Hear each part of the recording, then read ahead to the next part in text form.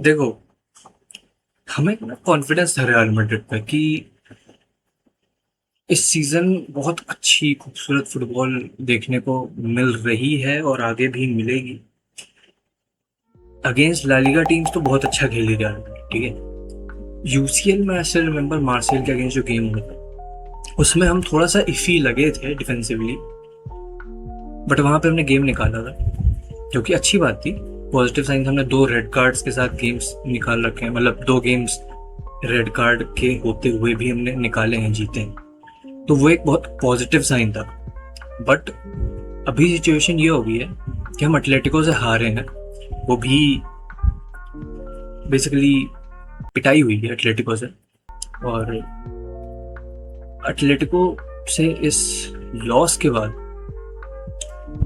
थोड़ा सा ना कॉन्फिडेंस डाउन हुआ है। हालांकि एटलेटिको का अगर आप देखोगे, उन्होंने ऑब्वियसली क्रॉसेस और सेट पीसेस इन सब तरीकों से गोल करा है, बट स्टिल उन्होंने हमें खोला भी था, उन्होंने अपॉर्चुनिटीज बनाई। हमारा डिफेंस ढीला दिखा है भाई। हाउजन और मिलिटाओ एक साथ खेलते हुए ढीले दिखे हैं। हालांकि मुझे इनिशियली ये लग रहा था कि मिलिटाओ और हाउजन का पेयर ज्यादा बेटर होगा मैड्रिड के लिए, बट अभी पता नहीं, थोड़ा सा डाउटफुल है। हो सकता है अच्छा टर्नअप कर जाए, बट थोड़ा सा ना फिजिकली जैसे रुडिगर था पहले हमारे पास। रुडिगर जो चीज प्रोवाइड करता है ना, वो मिलिटाओ हाउजन में अभी तक दिखी नहीं है उस तरीके से। सो देखना होगा कैसे शाबी अलोंसो इस चीज को आगे ले जाता है। इस वजह से थोड़ा सा कॉन्फिडेंस कम हुआ है रियल मैड्रिड पर। अब अगला मैच रियल मैड्रिड का है वीला रियल से। वीला रियल ना, वो थर्ड पे चल रही है ला लीगा, और वो ऐसी टीम है जो कर सकती है भाई, क्योंकि वो टफ कर सकती है मामले।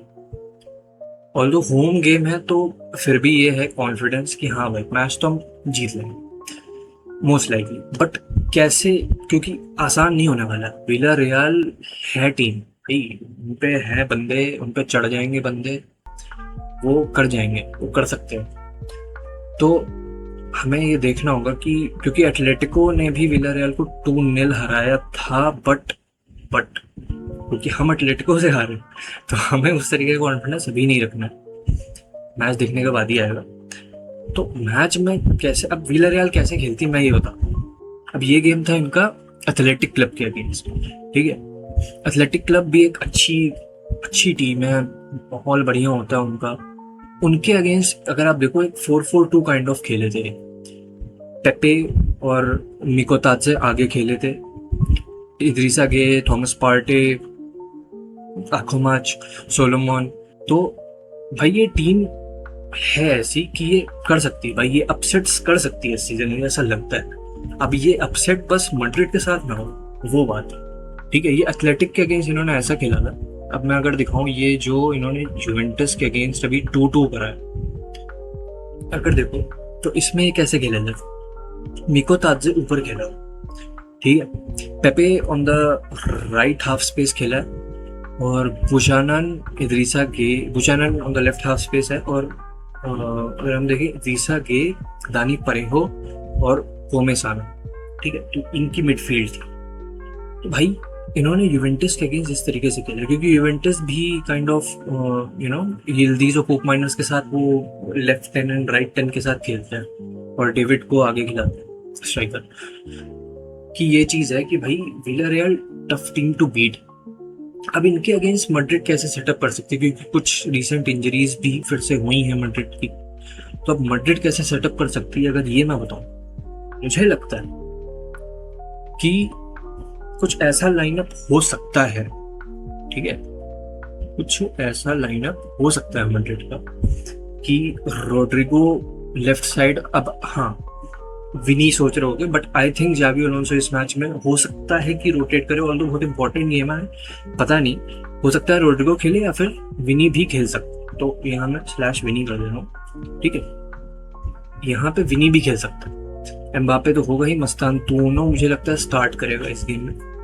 एंड जो हमें देखने को मिल सकता है वो है बेलिंगम एंड आर्दा गुलर साथ में स्टार्ट करते हुए। ऑल्दो आई थिंक कि मुझे ऐसा पर्सनली लगता है कि इस गेम में बेलिंगम को अभी स्टार्ट शायद नहीं करना चाहिए। मे बी उसको अभी, क्योंकि बाकी गेम्स में अदर देन एटलेटिको मैड्रिड उसने स्टार्ट नहीं करा, तो we have to see that. हो सकता है विला रियल के अगेंस्ट उसको स्टार्ट ही कराएं, तो उस जाबी माइंडसेट के साथ जाऊँ, अगर जो जाबी सोच रहा होगा और वो मैं प्रिडिक्ट कर रहा हूँ, तो उस हिसाब से I think Bellingham will start with cooler. But problem इसमें ये आ जाती है कि फिर श्वामिनी कहाँ खेलेगा, क्योंकि श्वामिनी खेलता है भाई, श्वामिनी हर गेम खेलता है, मतलब वो इम्पोर्टेंट है जाबी के सेटअप में। तो ये प्रॉब्लम हो जाती है कि बाहर कौन हो, क्योंकि वालवेर्डे को बाहर करना अगेंस्ट विला रियल, क्योंकि अच्छा गेम हो गया, तो थोड़ा डाउट है। गुलर को भी बाहर नहीं कर सकते। मुझे ऐसा लगता है कि जाबी मस्तानतूनो को समझ मस्तानतूनो को हटाएगा, वो डाल देगा श्वामिनी को, ठीक है। तो अब ये टीम थोड़ा सा ना ऐसे हो जाएगी। अब बेलिंगम आ जाएगा इस स्पेस पे, गुलर थोड़ा सा राइट साइडेड हमें देखने को मिल सकता है, ठीक है। वालवेर्डे एंड शोन, कुछ इस तरीके का मुझे लगता है सेटअप रियल मैड्रिड करने को देखे अगेंस्ट विला, मुझे ऐसा लगता है। क्योंकि हमने देखा था गुलर को जब स्पेस मिलती है ना उस तरीके की, जैसे राइट स्पेस में खेल रहा था अगेंस्ट एटलेटिको, बहुत टॉप परफॉर्मेंस दी थी उसको, ठीक है, बहुत ही टॉप परफॉर्मेंस। तो उस स्पेस में गुलर कर जाता है। तो मुझे लगता है कि इस तरीके से सेटअप कर सकते हैं विद श्वामिनी, क्योंकि श्वामिनी को आई थिंक अभी तक जाबी ने ऑलमोस्ट हर गेम खिलाया है, ये स्टार्ट करा है। और आई थिंक श्वामिनी एक बहुत ही इंपॉर्टेंट पार्ट है, क्योंकि इस वजह से, क्योंकि अगर जाबी को बैक थ्री गेम के टाइम पे खेलना होता है तो श्वामिनी बैक थ्री में आ जाता है इनके साथ, और हाउजन एंड असेंसियो के साथ वो एक बैक थ्री बना सकते हैं। ये एक बेनिफिट होता है आपकी श्वामिनी के साथ। तो आई थिंक कुछ इस तरीके से सेटअप कर सकती है Real Madrid with Tchouameni, Bellingham, Valverde and गुलर।